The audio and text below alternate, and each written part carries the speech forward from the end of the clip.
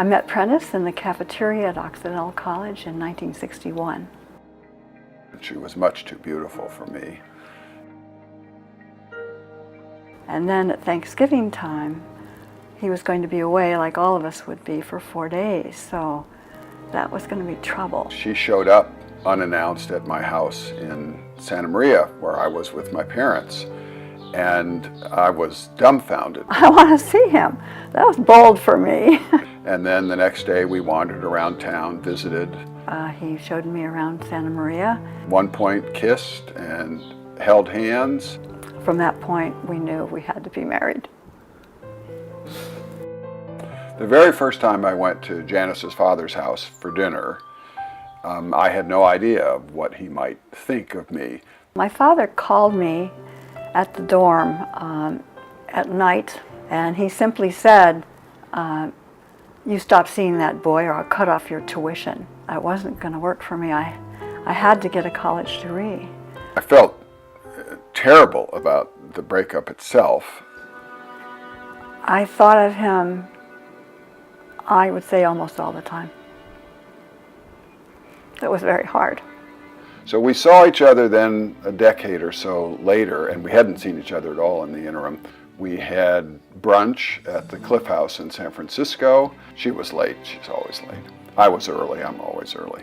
And when she got there, I said, "Those are beautiful pants. They are exactly the same color as the outfit you wore at the Thanksgiving dinner in 1961. I was surprised he remembered. It was time to rectify what had gone wrong 50 years before. Oh, we had a wonderful wedding. We got married at Occidental College. There's a courtyard there that's a part of the student union and a part of the eating facility. So it was very appropriate because we had met at the cafeteria all that time before. We are so happy. Our marriage is perfect. John and I met while commuting on Metro North commuter railroad. I walked in the door of the 524 train and I saw Susan, very attractive, and there was no place to sit though. When I saw him, glancing at me from across the train, I thought he was being rather bold, but I was enjoying every minute of it. I would come bursting through the door with my hair flying and my coat flying and trying to make this train so I could see this beautiful woman again. Every evening I would see him, and I wouldn't always have seats next to me, but when I did, he never sat next to me. He would always kind of go back to his area and sort of face me from afar. It was a Friday evening and I had changed my plans. I was going to stay in the city and decided to go home instead. Got on my normal train a little bit early. The train was empty and I turned, went through the door and went to my normal spot, and lo and behold, John was sitting there. So I figured this is my chance to finally meet him. Went up to him, asked if I could join him. He got up and let me in to sit down, and I finally reached over and I said, "Hi, my name is Susan." We shook hands and I said, "It's nice to finally meet you." I don't know if I believe in fate, but I do think it was meant to be. And since John had a very short amount of time that he commuted, I was really fortunate to even meet him at all.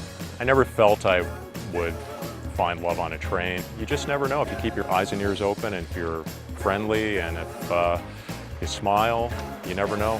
The connection you make might last for the next 60 or 70 years. Actually, we meet each other in Bai. That is a very, very small town in northern Thailand. At the Thailand farmers market in the townlet that I stay in every winter. And I was sitting there, he was sitting there and using his computer, and I was holding a coffee. There's only one spot in front of him. To be honest, I thought that she would be a really interesting person, and I was thinking more along the lines of friends, but I wasn't sure. The first sentence he spoke to me was, "Do you have WeChat?" I asked her if she had WeChat. WeChat actually is like something like Facebook in China.